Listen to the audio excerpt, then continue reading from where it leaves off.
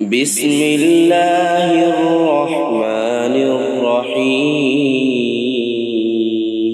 انتہائی واجب الاحترام دوستوں، ساتھیوں، عزیزوں اور سننے والی میری محترم ماؤں اور بہنوں، شعبان المعظم کا مہینہ چل رہا ہے اور اس مہینے کی 15ویں رات جس کو شب برات کہا جاتا ہے، بہت سے لوگ ایسے ہیں کہ جو شب برات کو بالکل ہی نہیں مانتے، اور بہت سے لوگ ایسے ہیں کہ جو شب برات کو اتنا زیادہ مانتے ہیں کہ اس کی حیثیت سے بھی زیادہ اس کو مقام اور مرتبہ دے دیتے ہیں۔ ہم اہل سنت والجماعت اعتدال والے ہیں، ہر کام میں اعتدال سے چلتے ہیں، اور اللہ رب العزت کو بھی اعتدال پسند ہے۔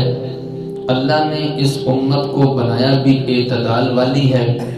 وَجَعَلْنَا مِنْكُمْ أُمَّةً وَسَطًا، کہ ہم نے تمہیں اعتدال والی امت بنایا ہے۔ حد سے بڑھ جانا بھی غلط ہے اور حد سے گر جانا بھی غلط ہے۔ نبی پاک صلی اللہ علیہ وسلم کی توہین کرنا بھی غلط ہے۔ نبی پاک صلی اللہ علیہ وسلم کا مقام اور مرتبہ اللہ کے برابر کر دینا بھی غلط ہے۔ حضرت عیسیٰ پہ الزام لگانا بھی غلط ہے۔ حضرت عیسیٰ کو اللہ کا بیٹا مان لینا بھی غلط ہے۔ ہم مسلمان اعتدال والے ہیں تو اعتدال ہی اللہ کو پسند ہے۔ شب برات کے موقع پر بہت سے لوگ یا تو حد سے بڑھ جاتے ہیں یا حد سے گر جاتے ہیں، یعنی افراط و تفرید کا شکار ہیں۔ ہم اہل سنت والجماعت والے ہم افراط و تفرید کا شکار نہیں، ہم اعتدال والے ہیں۔ ہم کہتے ہیں جو مقام اور مرتبہ شب برات کا ہے اس کو دینا چاہیے، اور جو نہیں ہے خام خواہ اس کا اتنا مقام اور مرتبہ بیان نہیں کرنا چاہیے۔ شب برات کے بارے میں نبی پاک صلی اللہ علیہ وسلم کی حدیث ہے، سنن ابن ماجہ حدیث نمبر 1384۔ نبی پاک صلی اللہ علیہ وسلم نے ارشاد فرمایا کہ جس وقت شعبان کی 15ویں رات ہوتی ہے، 15 شعبان کی رات، اس رات اللہ رب العزت کی طرف سے اعلان ہوتا ہے کوئی مجھ سے معافی مانگنے والا، میں اس کی بخشش کا اعلان کروں؟ ہے کوئی مجھ سے روزی طلب کرنے والا، میں اس کے لیے روزی کے دروازے کھول دوں؟ ہے کوئی بیچارہ مصیبت کا مارا، میرے سامنے اپنی مصیبت پیش کرے، میں اس کی مصیبت کو دور کروں؟ پوری رات اللہ کی طرف سے یہ اعلان ہوتا ہے۔ نبی پاک صلی اللہ علیہ وسلم نے فرمایا، اے لوگو، ہو سکے تو رات کو قیام کرو، اگلے دن کا روزہ رکھو۔ کیوں؟ اس لیے کہ یہ رات بڑی فضیلت والی رات ہے۔ اس رات اللہ کی طرف سے اعلان ہوتا ہے کہ مجھ سے بخشش مانگو، مجھ سے روزی طلب کرو، مجھ سے اپنی مصیبتیں دور کرواؤ، یہ اللہ کی طرف سے اعلان ہوتا ہے۔ یہ نبی پاک صلی اللہ علیہ وسلم کی حدیث ہے۔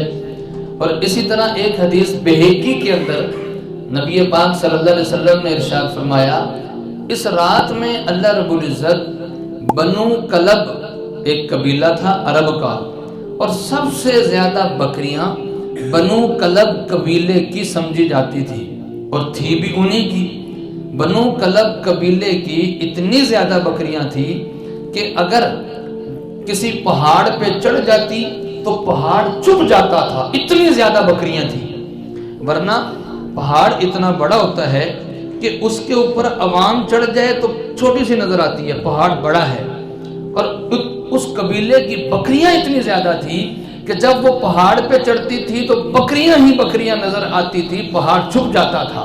تو فرمایا کہ جتنی بنو کلب قبیلے کی بکریاں ہیں نا، ان بکریوں کے بالوں کے برابر اللہ رب العزت ان بالوں کے برابر اس ایک رات میں لوگوں کی بخشش کا اعلان کرتے ہیں۔ اب اندازہ لگاؤ، ہم ایک بکری کے بال نہیں گن سکتے، ایک بکری کے بال گننا ہمارے بس میں نہیں ہے، ہمارے لیے انگنت ہیں، اور پھر اتنی زیادہ بکریاں، اور پھر ان کے بال لاکھوں نہیں، کروڑوں نہیں، اربوں انسانوں کی بخشش اس ایک رات میں ہوتی ہے۔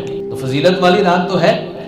اس لیے میں نے کہا ہم اہل سنت والجماعت والے اعتدال پہ چلتے ہیں۔ ہم کہتے ہیں یہ فضیلت ہے، اس کو مانو، اس کو تسلیم کرو، اس کا سرے سے انکار نہ کرو۔ یہ اللہ رب العزت کی کرم نوازی ہے کہ اللہ رب العزت جانتے تھے کمزور لوگ ہیں، ان کے پاس نیکیاں تھوڑی ہوں گی، اللہ رب العزت نے اس امت کو اوقات ایسے دے دیے کہ اس وقت میں عمل تھوڑا کرے گا اجر زیادہ ملے گا۔ دیکھو نا، پہلے کسی امت میں نہیں تھا کہ تم عمل 1 کرو لکھ کے 10 جائیں گے۔ یہ اس امت کی خصوصیت ہے کہ من جاء بالحسنۃ فلہ عشر امثالھا، کہ تم 1 اجر کرو گے، تم 1 عمل کرو گے، اس کے بدلے میں 10 گنا تمہیں اجر دیا جائے گا، 10 گنا بڑھا کر اللہ ثواب لکھتے ہیں۔ یہ خصوصیت ملی ہے تو اس امت کو ملی ہے۔ اللہ جانتے تھے کمزور ہے، ان کے پاس عمل تھوڑے ہوں گے، اللہ رب العزت نے اس امت کو لیلۃ القدر دے دی ہے کہ یہ لیلۃ القدر 1000 مہینوں سے بہتر ہے۔ وجہ کیا ہے؟ امت کمزور تھی، اس لیے اللہ رب العزت نے اس امت کو کبھی کوئی وقت ایسا دے دیا، کبھی کوئی رات ایسی دے دی، کبھی کوئی دن ایسا دے دیا کہ جس میں بندہ عمل تھوڑا کرتا ہے اجر زیادہ لکھا جاتا ہے۔ حدیث پاک میں آتا ہے، نبی پاک صلی اللہ علیہ وسلم نے ارشاد فرمایا کہ جمعے کے دن ایک گھڑی ایسی ہوتی ہے کہ اس گھڑی میں بندہ جو رب سے دعا مانگے وہ دعا ضرور قبول ہوتی ہے۔ جمعے کے دن میں ایک گھڑی ایسی ہے۔ پھر محدثین نے، علماء نے اس حدیث کی تفسیر میں لکھا ہے کہ وہ گھڑی جمعے والے دن عصر کے بعد سے لے کر مغرب تک کے درمیان کی کوئی گھڑی ہے۔ اب جمعے والے دن عصر سے لے کر مغرب تک کا جو وقت ہے انتہائی قیمتی ہے۔ اگر کوئی شخص عصر سے لے کر مغرب تک سارا وقت 1 گھنٹہ 1.5 گھنٹہ بیٹھ کے عبادت کرے، ذکر و اذکار کرے، معافی مانگے، استغفار کرے، تو میں یہ سمجھتا ہوں کہ اس کو وہ گھڑی ضرور مل چکی ہے، چونکہ اس کے بیچ میں کوئی سی گھڑی ہے۔ جس نے پورا وقت ہی لگا لیا اس کو وہ گھڑی مل چکی ہے، اس نے جو دعا مانگی ہے وہ دعا قبول ہو چکی ہے۔ اسی طرح یہ 15 شعبان کی جو رات جس کو شب برات کہتے ہیں، یہ بھی بڑی فضیلت والی رات ہے۔ شب برات اس رات کو اس وجہ سے کہتے ہیں کہ اس رات میں اللہ رب العزت لاکھوں نہیں، کروڑوں نہیں، اس سے بھی زیادہ انسان کو جہنم سے بری کرتے ہیں۔ تو جہنم سے بری کرتے ہیں، اس وجہ سے اس رات کو کیا کہتے ہیں؟ شب برات۔ اس رات میں کرنا کیا چاہیے؟ اس رات میں سب سے پہلے تو کوشش یہ کریں عشاء کی نماز جماعت کے ساتھ پڑھیں اور فجر کی نماز جماعت کے ساتھ پڑھیں۔ سب سے پہلا کام تو یہ کریں۔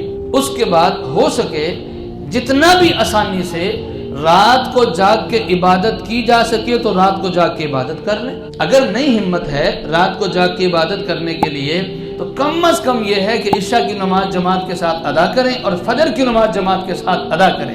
بہت سے لوگ اس معاملے میں غلطی یہ کرتے ہیں کہ پوری رات عبادت کریں گے، اب فجر کا وقت ہوگا، تھکے ہوں گے، اب وہ تھوڑی دیر کمر سیدھی کرنے کے لیے لیٹیں گے، چونکہ پوری رات سوئے نہیں ہیں، تھکے ہوں گے، اب اس کی وجہ سے فجر کی نماز بھی چلی جائے گی، فجر کی نماز بھی نیند میں چلی گئی، فجر کی نماز قضا ہو گئی۔ اس سے بہتر یہ تھا کہ پوری رات نہ جاگتا، عشاء کی نماز جماعت سے پڑھتا، فجر کی نماز جماعت سے پڑھتا۔ نبی پاک صلی اللہ علیہ وسلم نے ارشاد فرمایا جو شخص عشاء اور فجر کی نماز جماعت کے ساتھ پڑھتا ہے اللہ اس کو ویسے ہی پوری رات عبادت میں لکھ دیتے ہیں۔ اب دیکھو پوری رات عبادت کی تو لکھی گئی ہے نا، تو سب سے پہلا کام یہ کریں عشاء کی نماز جماعت کے ساتھ ادا کریں اور فجر کی نماز بھی جماعت کے ساتھ ادا کریں۔ دوسرا کام یہ کریں رات کو ہو سکے جتنا بھی ہو سکے جاگ کے عبادت کریں۔ اس عبادت میں سب سے پہلے تو یہ کریں کہ ذکر و اذکار اور استغفار کی تسبیح کریں، اپنے گناہوں کی معافی مانگیں۔ ہم نے یہ بات تو سن لی ہے کہ اللہ معاف کرتے ہیں، اللہ اس رات میں بخشش کا اعلان کرتے ہیں۔ بھائی اللہ سے مانگو تو صحیح نا، اللہ سے مانگ تو رہے نہیں ہے۔ ہم نے ایک جملہ سن رکھا ہے کہ اللہ بڑے غفور الرحیم ہیں اور ساتھ ایک جملہ اور لوگ ایڈ کر دیتے ہیں، او جی اللہ بڑے غفور الرحیم ہے، اللہ نے سانو نہیں بخشنا تو کنوں بخشنا ہے، اللہ نے جنت ساڈے ہاتھ سے بنائی ہے اور کنے جانا جنت سے۔ تو بھائی اللہ کہہ رہے ہیں مجھ سے مانگو تو صحیح نا، مجھ سے بخشش مانگو تو میں بخشش کروں گا نا، مجھ سے رزق مانگو تو میں رزق دوں گا نا، میرے سامنے اپنی حاجات پیش کرو تو میں تمہاری حاجات کو پورا کروں گا نا۔ حالانکہ اللہ جانتے ہیں کہ اس کو ضرورت ہے، لیکن اللہ یہ بھی تو دیکھنا چاہتا ہے کہ یہ کتنی طلب لے کر آتا ہے، کتنی تڑپ لے کر آتا ہے، مجھ سے مانگے گا تو میں دوں گا۔ بندے نے جملہ رٹ لیا کہ اللہ بڑے غفور الرحیم ہے، اللہ معاف کرنے والے ہیں۔ اللہ رب العزت نے قرآن پاک میں جہاں کہیں بھی اپنی معافی کا تذکرہ کیا کہ میں معاف کرنے والا ہوں، اس سے پہلے توبہ کا تذکرہ کیا۔ مجھ سے توبہ تو میرے سامنے آ کے توبہ تو کرو، معافی تو مانگو تب معاف کروں گا۔ تو اس رات میں اللہ کے سامنے استغفار کریں، ذکر و اذکار کی تسبیحات کریں، اور اس رات میں ایک کام ہو سکے تو وہ بھی لازمی کریں۔ وہ کون سا کام ہے کہ صلاۃ التسبیح ضرور پڑھیں۔ نبی پاک صلی اللہ علیہ وسلم نے فرمایا اپنے چچا کو، اے چچا عباس، تم ہو سکے تو روزانہ صلاۃ التسبیح پڑھو، اگر روزانہ نہیں پڑھ سکتے تو ہفتے بعد 7 دنوں کے بعد صلاۃ التسبیح پڑھو۔ فرمایا کہ 7 دن بعد بھی نہیں پڑھ سکتے تو مہینے بعد پڑھو، اگر مہینے بعد بھی نہیں پڑھ سکتے تو سال میں 1 مرتبہ ضرور پڑھو، اور اگر سال میں بھی 1 مرتبہ نہیں پڑھ سکتے تو میرے پیغمبر نے فرمایا زندگی میں 1 مرتبہ ہی پڑھ لو۔ آپ میں سے کوئی ایسا شخص ہے ہاتھ اوپر کرے کہ جو بتلائے کہ ابھی تک زندگی میں 1 مرتبہ بھی نہیں پڑھی صلاۃ التسبیح؟ پڑھی ہی کوئی نہیں ہے کوئی ایسا؟ ابھی صاحب کبھی پڑھی ہے؟ پتہ ہی نہیں۔ آپ نے کبھی پڑھی ہے؟ ماشاءاللہ، جزاک اللہ۔ تو سب حضرات کوشش کریں، اگر کسی کو نہیں آتی تو سیکھیں، بھئی سیکھنے کی چیز ہے نا، نہیں آتی تو سیکھیں۔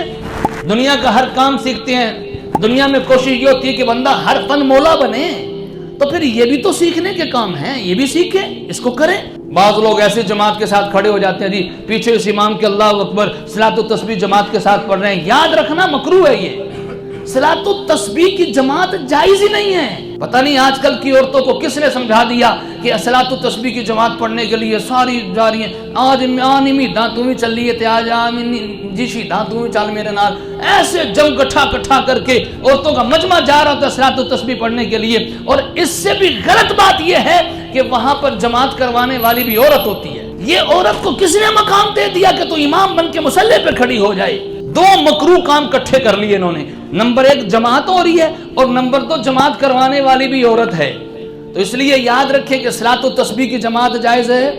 فقہ حنفی میں مسئلہ واضح طور پہ لکھا ہے کہ نفل کی جماعت جائز ہی نہیں ہے۔ جاؤ جس سے مرضی پوچھو کہ صلاۃ التسبیح فرض ہے، سارے کہیں گے فرض نہیں ہے۔ اچھا واجب ہے؟ نہیں واجب بھی نہیں ہے۔ سنت ہے؟ نہیں سنت بھی نہیں ہے۔ ہاں ہے کیا؟ صلاۃ التسبیح نفل ہے، اور نفل کی نماز جائز ہی نہیں ہے، نفل کی جماعت جائز نہیں ہے۔ اپنی اپنی پڑھو، کسی کو پڑھنا نہیں آتا تو سیکھیں، کسی کو پڑھنا نہیں آتا تو صلاۃ التسبیح کی جماعت سیکھیں، نماز سیکھیں، جماعت کے ساتھ جائز نہیں ہے۔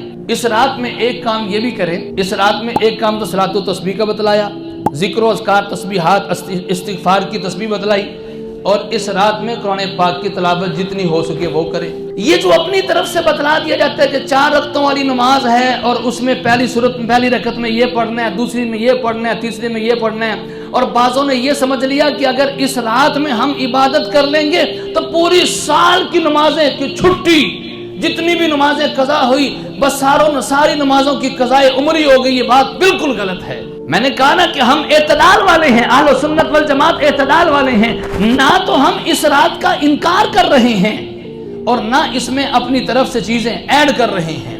انکار بھی نہیں کرنا، جو فضیلت ہے مانو، اور دوسری بات یہ ہے کہ جو فضیلت نہیں ہے اپنی طرف سے چیزیں ایڈ نہ کرو۔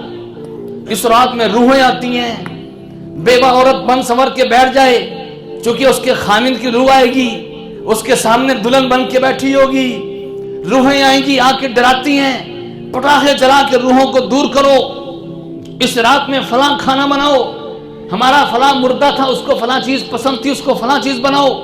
یہ بات بالکل غلط ہے۔ مولانا اشرف علی تھانوی رحمۃ اللہ علیہ کا زمانہ تھا، ایک عورت اب جب اس کا خامند فوت ہو گیا تو وہ کہتی میرے خامند کو پکوڑے بڑے پسند تھے، اب وہ پکوڑے بنا کے دیتی ساروں کو، کہتی میرے خامند کو پکوڑے بڑے پسند تھے اس لیے میں نے پکوڑے ہی بنانے ہیں۔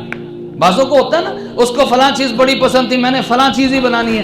مولانا اشرف علی تھانوی نے پوچھا کہ تم پکوڑے ہی کیوں بناتی ہو؟ کہنے لگی اس کو پکوڑے بڑے پسند تھے۔ وہ کہنے لگے بتا تو صحیح جو تو پکوڑے بناتی ہے اس کو بھی پہنچتے ہیں کہ نہیں پہنچتے؟ اور اگر پہنچتے بھی ہوں بالفرض والمحال پہنچتے بھی ہوں، پہلی بات تو یہ کہ پہنچتے نہیں ہیں، اگر اس کو پہنچتے بھی ہوں، اگر تیرا خامند نیک تھا وہ جنت میں چلا گیا ہے، وہ جنت کی نعمتیں کھا رہا ہے، اس کو تیرے پکوڑوں کی ضرورت ہی کوئی نہیں ہے۔ جس کو جنت کی نعمتیں ملی ہوں اس کو دنیا کے پکوڑوں کی ضرورت ہی کوئی نہیں ہے۔ اور اگر اللہ نہ کرے وہ جنت میں نہیں گیا، وہ جہنم میں گیا ہے، اس کو عذاب ہو رہا ہے، وہ آگ میں جل رہا ہے، مولانا اشرف علی تھانوی کہنے لگے اگر اللہ نہ کرے آگ میں جل رہا ہے اس کا تو خود پکوڑا بنا ہوگا، اس کو تیرے پکوڑوں کی پھر بھی ضرورت نہیں ہے۔ تو جو کام کرنے کے ہیں وہ کام کریں، اپنی طرف سے خرافات کو ایڈ نہ کریں، اپنی طرف سے بدعات اور رسومات کو ایڈ نہ کریں۔ یہ اہل سنت والجماعت کا طریقہ ہے۔ نبی پاک صلی اللہ علیہ وسلم نے ارشاد فرمایا کہ اس رات میں اللہ رب العزت کئی لاکھ انسانوں کی بخشش کا فیصلہ فرماتے ہیں لیکن چند لوگوں کی بخشش پھر بھی نہیں ہوتی۔ ہاں اگر سچی توبہ کر لیں تو ان کی بھی ہو جائے گی، لیکن اگر توبہ نہ کریں ان لوگوں کی بخشش اس رات میں بھی نہیں ہوتی۔ نمبر 1 فرمایا کہ مشرک آدمی کی بخشش اس رات میں بھی نہیں ہوتی۔ شرک کرنے والا، غیروں کے در پہ جا کر اپنی پیشانی کو ذلیل کرنے والا، اس دربار پہ جا، فلاں بابے کے پاس جا، فلاں بابے کے پاس جا، فلاں بھی مشکل کشا، فلاں بھی حاجت روا، فلاں بھی بگڑی بنانے والا، فلاں اولاد دینے والا۔ ہم نے باپوں کے ذمے کام لگا رکھے ہیں، باپا ہے ہمارا نوکر ہے، فلاں یہ کام کرتا ہے، فلاں یہ کام کرتا ہے، فلاں یہ کام کرتا ہے۔ جیسے حضور کے زمانے کے مشرک کہتے تھے کہ 360 بت ہیں جو خانہ کعبہ کے بیچ میں رکھے ہوئے ہیں، فلاں بت یہ کام کرتا ہے، فلاں بت یہ کام کرتا ہے، فلاں بت یہ کام کرتا ہے۔ آج کے لوگوں نے اسی طرح کے پیر مل رکھے ہیں، فلاں بابا اولاد نہ ہو رہی ہو تو فلاں دربار چلے جاؤ، رشتہ نہ ہو رہا تو فلاں دربار چلے جاؤ، کاروبار نہ چل رہا تو فلاں دربار چلے جاؤ۔ ارے وہ اللہ والے، اگر وہ واقعی اللہ والے تھے، وہ تمہارے ملازم تھوڑی ہیں، تم نے ان کے ذمہ کام لگا دیے ہیں۔ تو یاد رکھیے شرک کرنے والے کی بخشش اس رات میں بھی نہیں ہوتی۔ شرک کر رہے ہیں اور پوری رات کھڑے ہو کے عبادت کر رہے ہیں، جتنی مرضی عبادتیں کرے، اگلے دن کا روزہ بھی رکھے، جب تک کہ شرک نہیں چھوڑے گا، سچی توبہ نہیں کرے گا تو اس رات میں اس کی بخشش نہیں ہو سکتی۔ دوسرا آدمی والدین کا نافرمان، والدین کا دل دکھانے والا، والدین کو ستانے والا، جتنی مرضی راتوں کو عبادت کر لے، جب تک کہ والدین کو راضی نہیں کرے گا، معافی نہیں مانگے گا، اس کی بھی اس رات میں بخشش نہیں ہوگی۔ نمبر 3 قطع تعلقی کرنے والا، چھوٹی چھوٹی بات پر رشتہ داری توڑنے والا، فلاں رشتہ داروں سے انبن ہے، فلاں سے لڑائی ہے، فلاں سے لڑائی ہے۔ پتہ نہیں بعض لوگ تو ایسے ایکسپرٹ ہوتے ہیں لڑنے میں کہ ان کا کام ہی یہی ہے، ہر وقت فلاں سے لڑائی، چھوٹی چھوٹی بات پہ فلاں سے لڑائی، فلاں مجھے نہیں بلایا، فلاں کو کیوں بلایا، فلاں نے بلایا، فلاں، اس بات پہ لڑائی ہو رہی ہے۔ نبی پاک صلی اللہ علیہ وسلم نے ارشاد فرمایا کہ لا يدخل الجنت قاطع، رشتہ داری کو توڑنے والا جنت میں جائے گا ہی نہیں۔ رشتہ داروں کو ناراض کر کے، رشتہ داروں کا دل دکھا کے مسجد میں آ کے پوری رات عبادت بھی کر لے، نہیں بخشش ہو سکتی۔ جن کے ساتھ زیادتی کی ہے، جن کا حق مارا ہے، کسی کا حق دبایا ہے، ان کے حق جا کے ادا کرے، پھر ویسی بخشش ہو جائے گی۔ بزرگ کو بات سمجھ آ رہی ہے کہ نہیں آ رہی؟ اسی طرح فرمایا جو شراب کا عادی ہے، جو شراب کا عادی ہے، آج ہماری محفلوں میں شرابیں، ہوٹلوں میں شرابیں، غیر ملکی حکومت کی بات نہیں کر رہا، میں اپنے ملک کے پاکستان میں کئی ہوٹلوں میں شرابیں عام چل رہی ہیں، نشئی بن چکے ہیں، شراب پی کے عادی بن چکے ہیں۔ فرمایا جو شراب کا عادی ہے، اس رات اگر وہ سچی توبہ نہ کرے، شراب کو چھوڑنے کا پکا ارادہ نہ کرے، اس کی بھی بخشش نہیں۔ اسی طرح فرمایا جو شلوار نیچے لٹکانے والا، جو ٹخنے جس کے ڈھگے ہوتے ہیں، پینٹ پہنی ہوتی ہے نیچے تک جا رہی ہے، بوٹوں کے نیچے جا رہی ہے، بھائی اتار ہی دے اس کو، نہیں بات سمجھ، نیچے کو جائی جا رہی، بھائی پوری اتار دے نا۔ انگریز کے کہنے پر ہم نے ننگے کرنے پر آئے تو اتنے ننگے کر لیے کہ گھٹنا ہی ننگا کر لیا، نکرے پہن کے آگے، اور جب پہننے پہ آئے تو اتنا ڈھانک لیا کہ اپنا ٹخنا ہی ڈھانک لیا۔ فرمایا کہ جو ٹخنے کو ڈھانکتا ہے، جو شلوار، جو تہبند نیچے کرتا ہے، ٹخنے کو ڈھانکتا ہے، اس رات میں اس کی بھی بخشش نہیں ہے۔ اسی طرح کسی کو ناحق قتل کرنے والا، کسی کو ظلمن قتل کرنے والا، جو انسانیت کا مقام اور مرتبہ ہمارے پیغمبر نے بتلایا ہے نا، دین اسلام نے بتایا، اللہ کی قسم کسی اور مذہب میں نہیں ہے۔ کیا انسان کی ویلیو؟ نبی پاک صلی اللہ علیہ وسلم نے فرمایا، اے لوگوں تمہیں پتہ ہے آج کون سا دن ہے؟ جمعے کا دن تھا، حج کا دن تھا، میدان عرفات میں تھے، پوچھا کون سا دن ہے، آج کون سی تاریخ ہے، کون سا مقام ہے؟ حضور نے فرمایا جمعے کا دن ہے، میدان عرفات ہے، حج کا دن ہے، ساری چیزیں کٹھی ہو گئی۔ فرمایا ساری چیزوں کا مقام اور مرتبہ اپنی جگہ، ایک انسان کا مقام اور مرتبہ ان ساری چیزوں سے زیادہ ہے۔ حضرت عمر رضی اللہ تعالیٰ عنہ فرمانے لگے کہ خانہ کعبہ کو گرا دینا اتنا بڑا گناہ نہیں ہے جتنا کسی انسان کو گالی دینا گناہ ہے۔ یہ انسانیت کا مقام اور مرتبہ بتلایا ہے۔ آج ہمیں انسان تو نظر آتے ہیں لیکن ان کے اندر انسانیت نہیں ہے، بھیڑیے بن چکے ہیں، ظالم بن چکے ہیں۔ اور یاد رکھنا کہ ظالم کو اللہ اس کے ظلم کی سزا دنیا میں ضرور دیتا ہے۔ فَتِلْكَ الْأَيَّامُ نُدَاوِلُهَا بَيْنَ النَّاسِ، کبھی کسی کی باری ہوتی ہے، کبھی کسی کی باری ہوتی ہے، جس کا ڈنڈا، جس کی لاٹھی، اس کی بھینس، جی آج کسی پر ظلم کرتا چلا جا رہا ہے، ایک وقت آئے گا کہ اللہ اس کو دنیا میں ہی عبرت کا نشان بنائیں گے۔ کسی دن موقع ملا آپ کو ساری تفصیل سے بتاؤں گا بات اس موضوع پر کہ جس نے ظلم کیا، جس نے حضرت عمر فاروق کو شہید کیا، اس کے ساتھ کیا ہوا، جس نے حضرت عثمان غنی کو شہید کیا اس کے ساتھ کیا ہوا؟